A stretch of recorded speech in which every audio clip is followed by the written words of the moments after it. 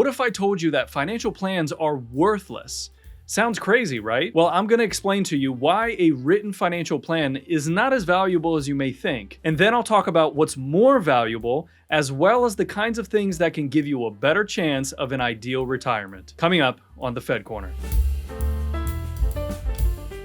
In the military, there's a saying that says, no plan survives first contact. Mike Tyson has his own version of this that says everyone's got a plan until they get punched. And frankly, a financial plan with 80 pages of graphs and charts is very much the same. Now, don't get me wrong. Are these helpful to create context? Absolutely. Financial modeling is important for you to understand what's possible. But that's it. You see, forecasting numbers into the future involves taking a series of assumptions and a moment in time, usually today, and projects wealth going forward. But there's an inherent problem with this. Sure, it can help you figure out if you have enough money to retire today with a specific lifestyle, but remember that a financial model is only as good as its assumptions. And the problem with assumptions throughout a course of a retirement is that they rarely stay the same. A retirement plan seldom fails overnight. Failures usually start to appear 10, 15, or maybe 20 or more years into retirement, usually right around the middle of a retirement plan. And this is because there are often small things that happen in the retirement plan that begin to change the trajectory of that plan in a direction that isn't an ideal future. And so slowly it starts to drift in a direction that may look quite different than what you originally planned for. And this is the big problem with financial plans. Everything might look quite rosy when you first make a projection in the beginning of retirement, but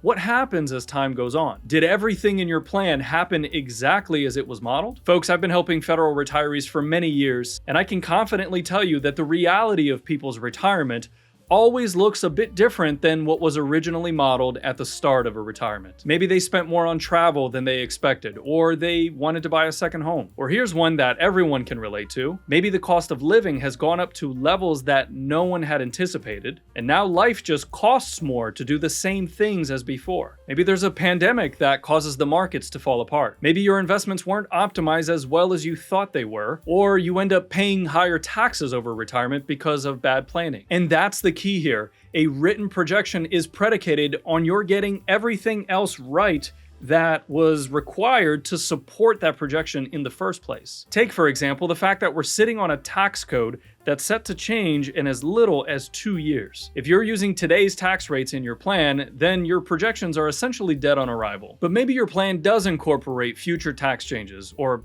at least what we know of them. But what if we have a brand new tax code altogether? The original projection is worthless at this point. Or what if you didn't quite earn the annualized percentage returns in your projections? The same thing, the original plans are now worthless. One tool that financial planners often use when creating retirement plans is the Monte Carlo analysis. This tool is one that provides probabilities of success in a plan, but there are some features about it that also can contribute to a false sense of security. The first is that many people are using this tool incorrectly. Most of the time, it tests for an amount greater than $0 inside a portfolio by the end of the plan. That's cutting it pretty close, isn't it? What if you mess up and live a couple of years longer? In fact, I'd argue that for some families, having less than X inside their portfolio at any given time represents a very big risk of failure in their retirement plan, especially later in life. This is essentially what we call the danger zone if a client goes and falls to these lower levels, because what if there's a long-term care event? What if there's something that requires great capital? An early death of a federal employee now means less FERS pension for the family.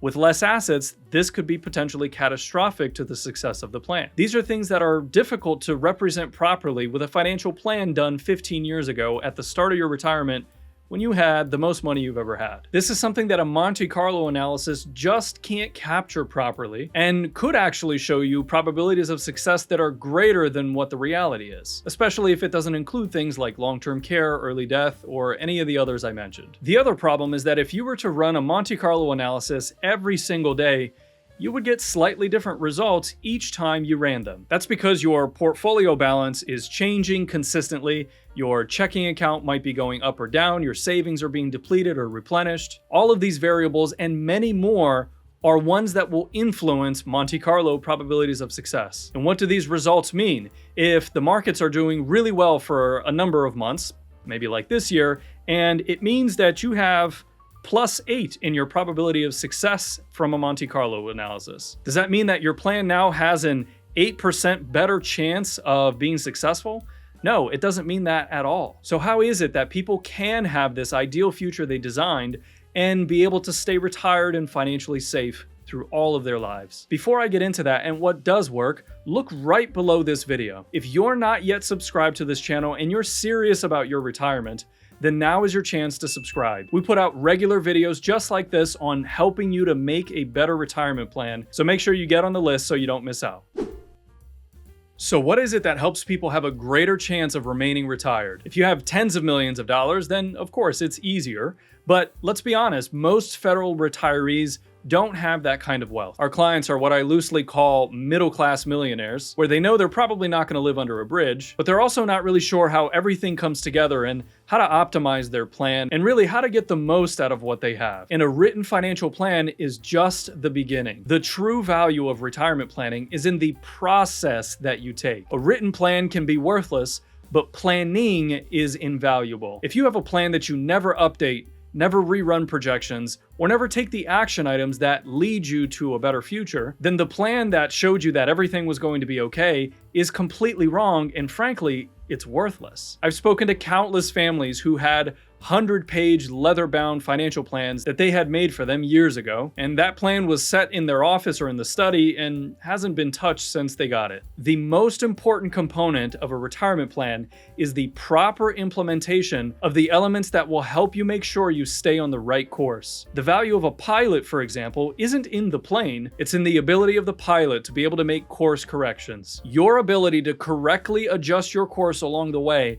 is what's going to give you the best chance of having a retirement that you're really fulfilled with. So remember, we need to value the process over the plan. Now, many things influence the trajectory of a plan like we talked about. We've got the markets, we've got overspending, we've got taxes, we've got your investment allocation, we have your health. There's tons of things. And the failure to course correct at any one of those junctions is one of the single most influential factors of why a retirement plan is headed towards failure. All the variables have to be aligned with what you want to accomplish in your retirement. If you're doing more spending in early retirement on travel, great, I hope it's a blast, but make sure you've made the proper adjustments in your plan to support that decision. Maybe that means utilizing something like bond ladders while interest rates are high, so you can secure the next several years of income with a relatively low-risk type of investment. Now you don't have to worry about slowing down your retirement travel if the stock markets start to become volatile. Not a recommendation, but something to consider. So I hope this helps reframe what successful retirement planning is really about, and I hope that you'll invest in the steps that you need to take for your own future. Again, make sure to subscribe if you haven't, and until next time, stay wise and stay wealthy.